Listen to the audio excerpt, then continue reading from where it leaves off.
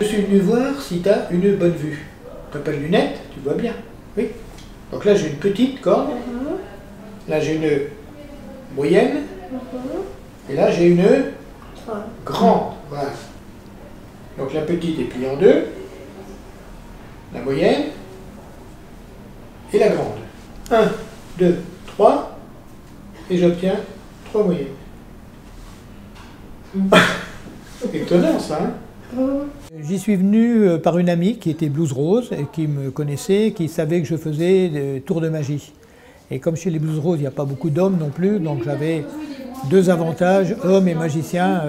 C'est ce qui m'a fait venir au Blues Rose. Pour moi, c'est donner du temps aux enfants pour essayer de leur faire oublier la maladie, ce que j'essaye de réussir le plus souvent possible. Je rentre dans la chambre, ils ont un peu la banane dans le mauvais sens et j'espère en sortant qu'ils l'ont dans le bon sens.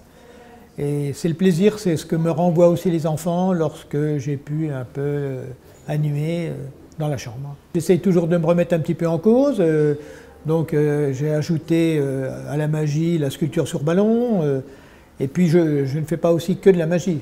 Je fais aussi des jeux de société, des fois avec les enfants, quand je peux les rassembler dans une salle de jeu qu'on a à l'étage. On fait des jeux de société à 3 ou 4 enfants lorsqu'ils peuvent se lever et se déplacer.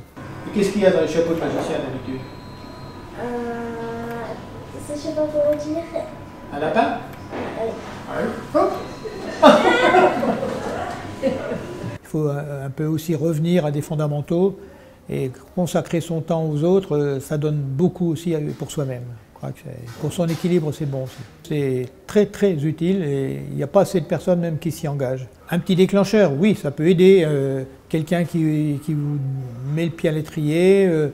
On vient rarement de soi parce qu'on est un petit peu frileux, un petit peu timide peut-être aussi.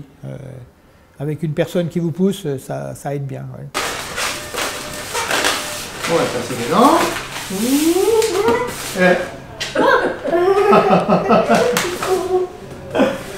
Ensemble de pirate.